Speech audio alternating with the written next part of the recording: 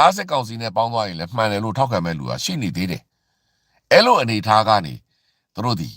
ငကားကိုအဓိကငကားမှမဟုတ်ပါဘူးဘသူ့ကိုမဆိုသူတို့ကအသုံးချခြင်းလားပါနှွေမြန်မာမီဒီယာရှင်တွေမှကြိုဆိုပါတယ်နှွေမြန်မာမီဒီယာရှင်တွေဟာဆိုရင်နေ့စဉ်နှွေဥတော်လိုင်းရေးနဲ့ပတ်သက်တဲ့သတင်းတို့သတင်းကောက်တွေကိုတင်ဆက်ပေးနေတာမို့နှွေမြန်မာမီဒီယာရှင်တွေကိုစခတ်ရဲလုပ်ပေးပြီးအသည့်တင်တိုင်းတရားအောင်ဘေးနာကနူဒီခေါလောလေးကိုပါနှိပ်ပေးခဲ့ပါနော်ကျေးဇူးသူများကိုအထူးဝဲကျေးဇူးတင်ပါတယ်သူတို့စဉ်းစားတာက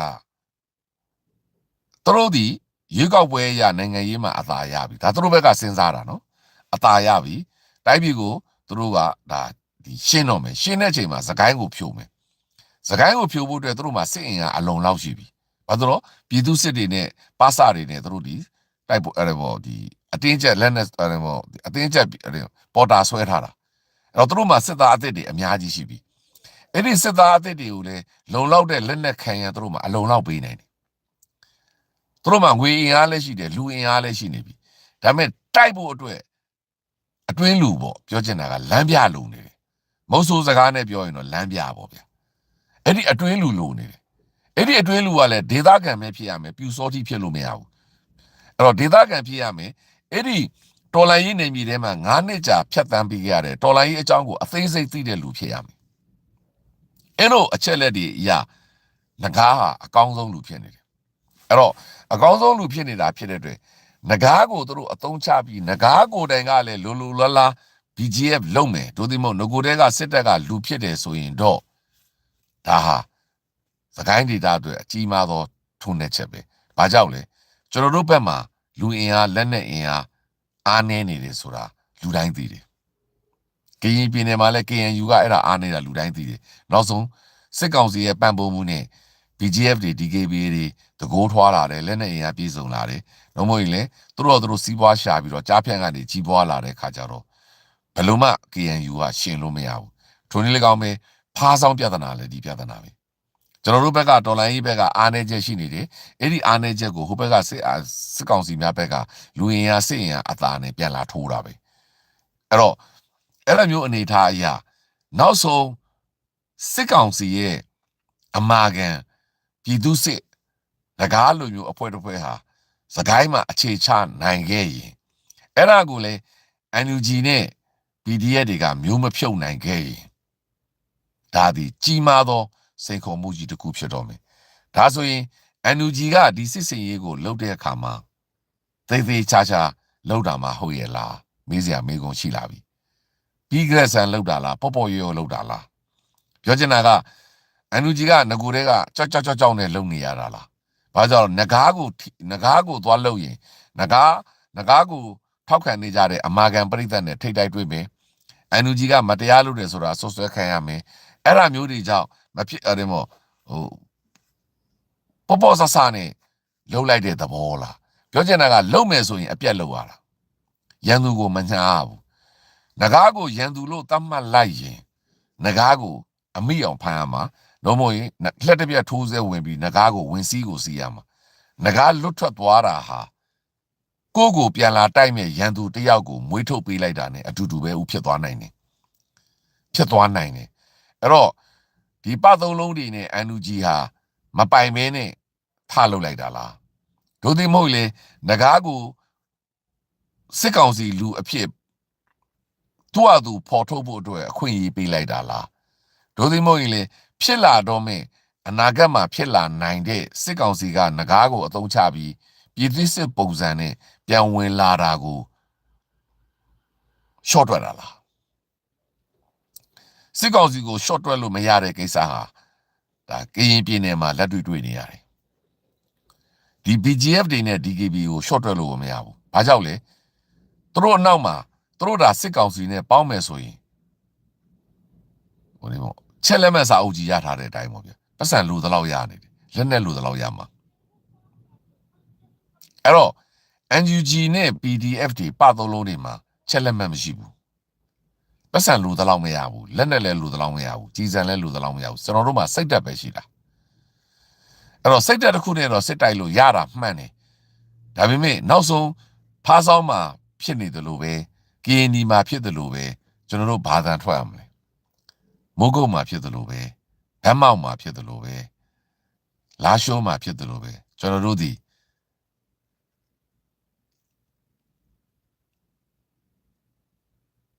အယူခံဝင်တာပေါ့ဗျာအော်ငါလူတွေထီလို့ငါလူတွေအသေးမခံနိုင်လို့ဆုတ်ပေးလိုက်ရတယ်ဆိုတဲ့အားပြော့သောအယူခံဝင်မှုနဲ့ပဲဆုတ်ပေးရလိမ့်မယ်အဲ့တော့ပြတ်သားတဲ့ဆုံးဖြတ်ချက်တွေကိုမှန်မှန်ကန်ကန်မချတဲ့အခါမှာမချတဲ့အခါမှာမချနိုင်တဲ့အခါမှာ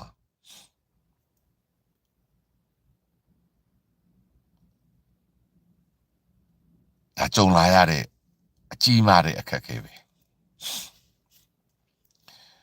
အဲ့တော့ခက်တာကလည်း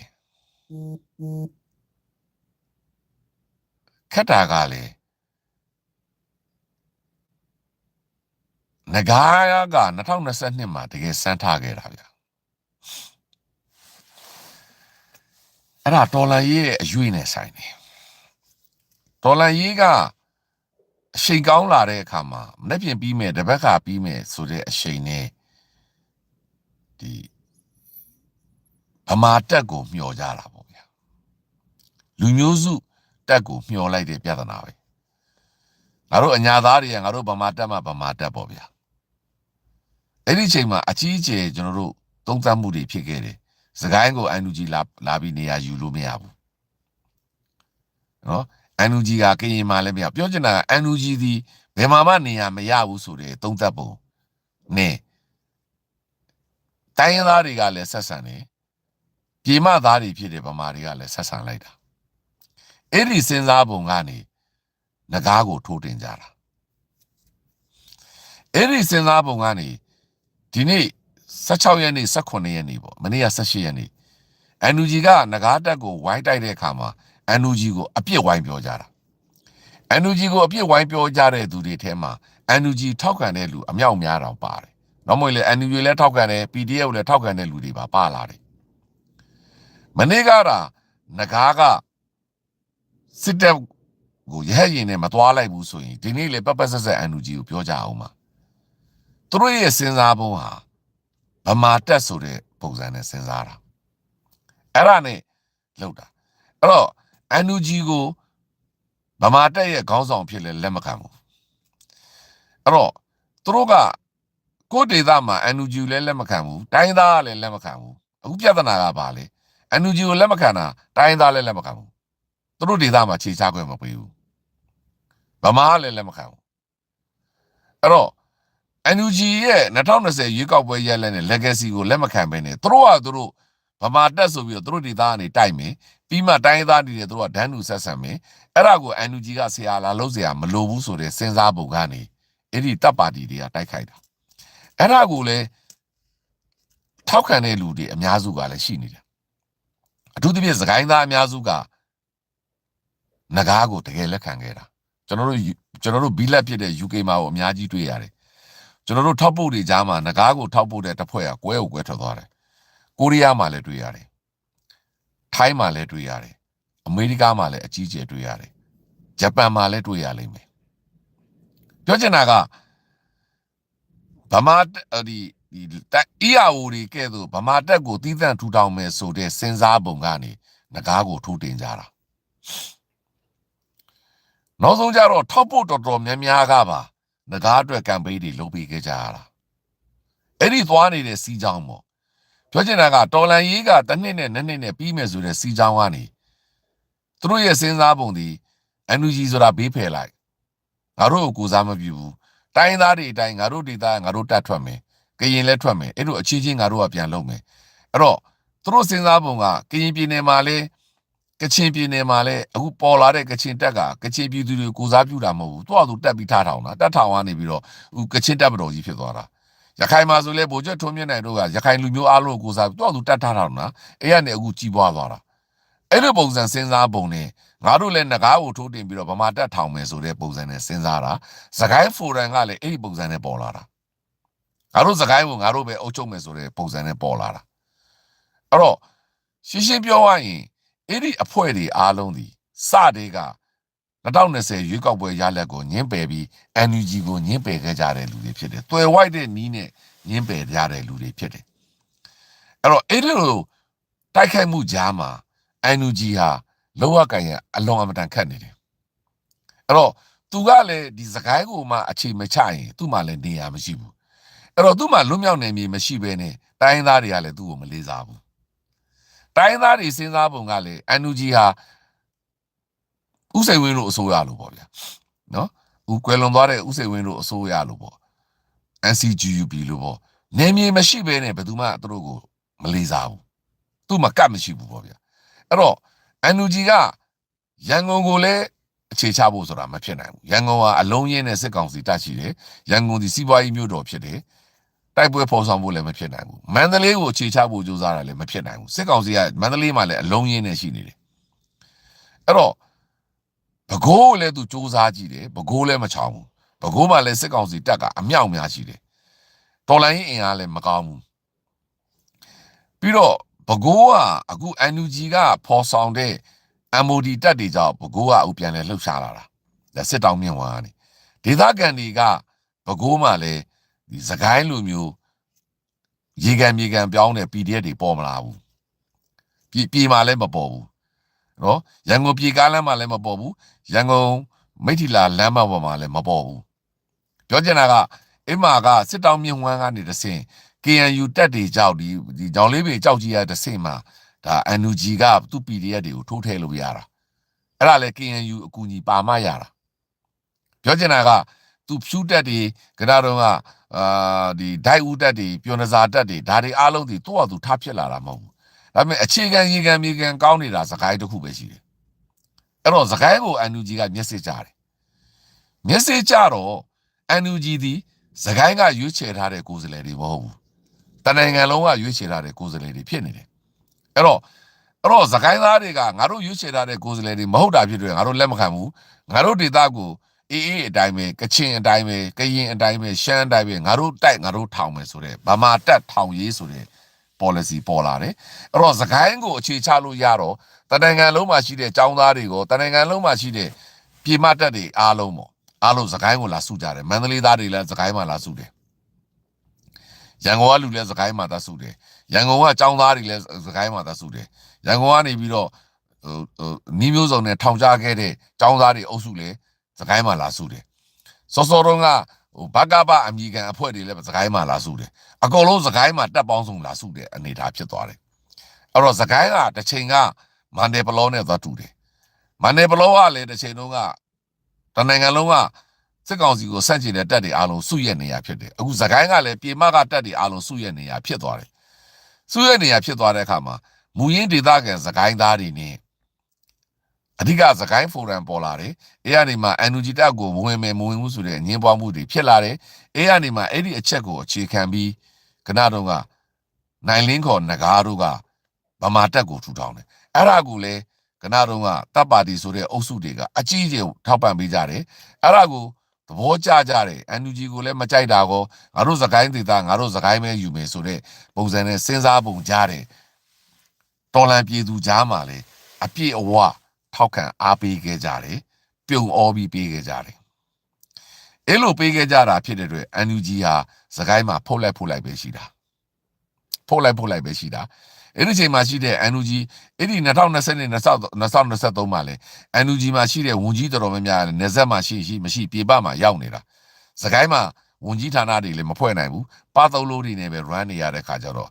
ဒီငကားရဲ့တကိုးကြီးထွားလာမှုနဲ့ထောက်ခံမှုကြီးမားလာတာကိုဘယ်လိုမှပယ်ဖြတ်လို့မရခဲ့ဘူး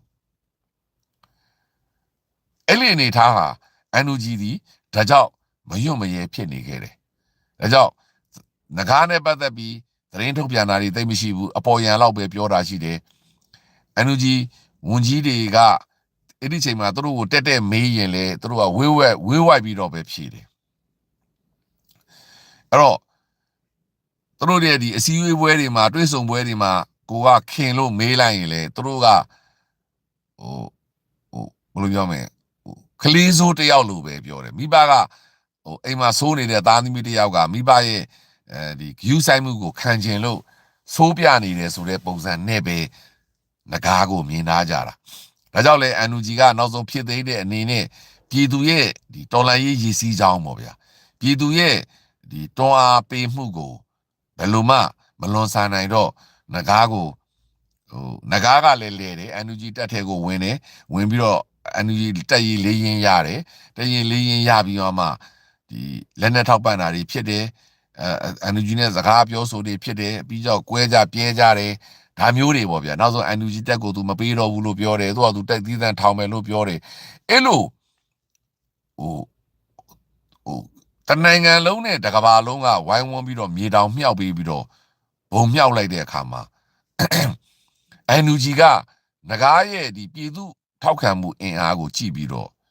သတိထားပြီးပြောဆိုရတော့တယ်ကျွန်တော်ကအစစကားပြောရင်သတိထားပြောရတယ်တစ်ဖက်သက်ပြောလို့မရတော့ဘူးအဲ့လိုတစ်ဖက်သက်ပြောလို့မရတော့တာဖြစ်တဲ့အတွက်သတိထားပြီးပြောနေရတဲ့ခါကျတော့ NUG ကလှုပ်တော်ကင်တာနေရာမှာအတက်နိုင်သမျှရှောင်ရှားနေပြီအခုနောက်ဆုံးအဆင့်ဝင်စည်းတဲ့အဆင့်ဖြစ်တဲ့ခါမှာဒီယိုပေါက်ကို तू မသိတာလားဒုတိမို့သူတို့လည်းအဲ့လောက်ထိမမှန်းထားတာလားဒုမို့သူတို့လည်းအဲ့လောက်ထိငကားကရဲရင်ခေါ်ပြီးတော့ထွက်သွားလောက်အောင်ထိပိုင်နေဆိုတာမယုံကြည်နိုင်တာလားပေါ့ဆိုလိုချင်တာကစစ်တပ်ရဲ့စဉ်းစားပုံကလည်းတော်တော်ထူးဆန်းတယ်သူတို့အသုံးဝင်တော့တဲ့လက်နက်ချခံပြီးဖြစ်တဲ့သူတို့ရဲ့တိုက်ရင်မှုအဆင့်ဘူမူကြီး level တွေစစ်ဦးစီးချုပ်အဆင့်ရှိတဲ့တိုင်းမှု level တွေတို့တော့လောက်ကင်လိုနေရမှာတို့ဒီမဟုတ်လာရှိုးလိုနေရမှာအေးလို့ဒီနေရမှာပေါ့နော်ရခိုင်ပြည်နယ်မှာတွက်ကဲတယ်ဆိုတာတော်တော်ရှားတယ်ပြီးတော့ဒီလိုနေရာကိုတိုက်ပွဲဖြစ်နေတဲ့နေရာကိုအတိအကျသူတို့သွားဖို့ဆိုတာလေစစ်တပ်ကနယ်မြေစိုးမိုးမှုရှိမှသူတို့မြေပြင်တိုက်ရင်ရှိမှသူတို့ရဟရင်လာရဲတာပြောချင်တာကသူတို့ကိုအဝေးကနေလောင်ချာနဲ့ပစ်ချမဲ့အန်ဒီကိုသူတို့ကာကွယ်ရမှာပြီးတော့အဲ့လိုရဟရင်တစ်စင်းလှုပ်ဖို့ဆိုတာနှစ်စင်းလှုပ်ဖို့ဆိုတာငကားနဲ့သူတို့ဒီငကိုတဲကအချိတ်ဆက်ရှိရမယ်ငကားလည်းသူ့လူဖြစ်မှရမယ်သူ့လူဖြစ်တာတောင်တိုက်ရင်မှုတွေဘူချုပ်တွေကိုမကယ်ဘူး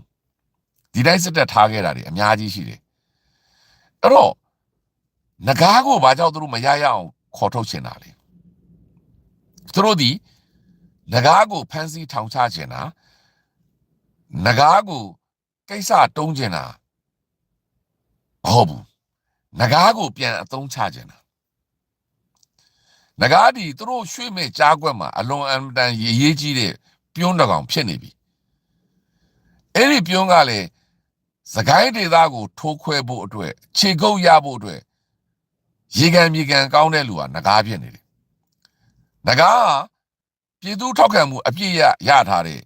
ခေါင်းဆောင်တယောက်လည်းဖြစ်နေသလိုမြေပြင်တက်မှာလည်းသူ့မှာတိုက်ရင်အားလည်းရှိတယ်ပြီးတော့သူ့အစွမ်းအစနဲ့ပဲပြောသူ့ရဲ့စ조사အားထုတ်မှုနဲ့သူပတ်စံတွေလည်းအများကြီးရှာထားနိုင်တယ်တက်လည်းဖွဲ့ထားနိုင်တယ်ပတ်သုံးလုံးတွေကိုလည်းဒုက္ခပေးထားနိုင်တယ်ဒီ9နှစ်မြေပြင်မှာရှိနေတဲ့သူရရှိထားတဲ့သတင်းအချက်လက်တွေစစ်ရေးသတင်းတွေဘာလို့မြေပြင်မှာသူတတ်တွေနဲ့သူလှုပ်ရှားနေတာဖြစ်တဲ့အတွက်သူ့ရဲ့စစ်တပ်ရဲ့အကူအညီမပါဘဲငကားတိဆောက်ထားတဲ့တက်အတွက်ရလာတော့မဲ့လက်နက်လမ်းကြောင်းကိုတခြား PDF များနီးတူငကားလဲတည်တယ်ဘယ်ကနေလက်နက်လမ်းကြောင်းလာလဲဘယ်ကနေပတ်စံတွေဘလို့ပြောင်းမလဲဥမာထောက်ပို့လမ်းကြောင်းကနေပတ်စံတွေဘလို့လာနေလဲဘလို့တွေကနေပြီးတော့ဥမာနိုင်ငံတကာမှာကျွန်တော်တို့ရန်မုံငွေရှာလိုက်တယ်ဟုတ်ပြီနော်ရန်မုံငွေရှာလိုက်တယ်ကျွန်တော်ကပြောတယ်ပတ်စံထဲပါဆိုတော့ပတ်စံထဲလိုက်ကြတယ်ဒါပေမဲ့အဲ့ဒီပြည်သူတွေဝိုင်းထဲတဲ့ပတ်စံကမြေပြင်ကိုဘလို့ရောက်သွားတယ်ဆိုတဲ့အစစ်စစ်လမ်းကြောင်းဟာငကားကအကုန်အတိကျသိတယ်ပြောချင်တာ NUG အတိကျသိတယ်ဗျာအဲ့တော့အဲ့ဒီလမ်းကြောင်းအတိအကျကိုလည်းသူသိထားတယ်။နောက်လက်နက်ကိုသူဘလို့ဝယ်ယူထားတယ်လဲလက်နက်ကိုဘလို့သတ်သေထားတယ်လမ်းကြောင်းလည်းသူသိတယ်။တက်ကိုဘလို့တိဆောက်ထားတယ်လဲအနေထားလည်းသိတယ်။နယ်မြေလည်းကျွမ်းကျင်တယ်။အဲ့တော့အဲ့ဒီလမ်းကြောင်းတွေအားလုံးကိုပြန်လာအသုံးချနိုင်ရင်ငကားသည်သူတို့အတွက်ဗိုလ်ချုပ်ကြီးတယောက်တည်းပို့ပြီးတန်ဖိုးရှိတယ်။ပြောချင်တာက သူတို့ဒီစကိုင်းကိုဒါပြန်အခြေချနိုင်နေဆိုရင် NUG နေရာပြောက်ပြီဘုံပြောက်ပြီအဲ့တော့သူတို့စဉ်းစားပုံကအလွန်အမတန်ရိုးရှင်းတယ်အများကြီးမရှုပ်ဘူး NUG KNU ဒေသမှာရှိတာသူတို့စိတ်ဝင်စားဘူး NUG KNU ဒေသမှာရှိတာသူတို့စိတ်ဝင်စားဘူး NUG ကိုသူကစကိုင်းကနေမောင်းထုတ်ချင်တာ NUG ကိုစကိုင်းကမောင်းထုတ်နိုင်မောင်းထုတ်ချင်ရင်သူတို့ဒီဒေါ်လာကြီးသူတို့ဘက်ကတဝက်လောက်နိုင်ပြီဒါ NUG ဒီနေမြေဆုံးရှုံးသွားတာနဲ့ဘုံပြောက်သွားတာနဲ့ဘာလို့မကွေးမှာ NUG ကအပြည့်အဝအခြေမချနိုင်ဘူးမကွေးဒီတဝက်လောက်ပဲရသေးတာ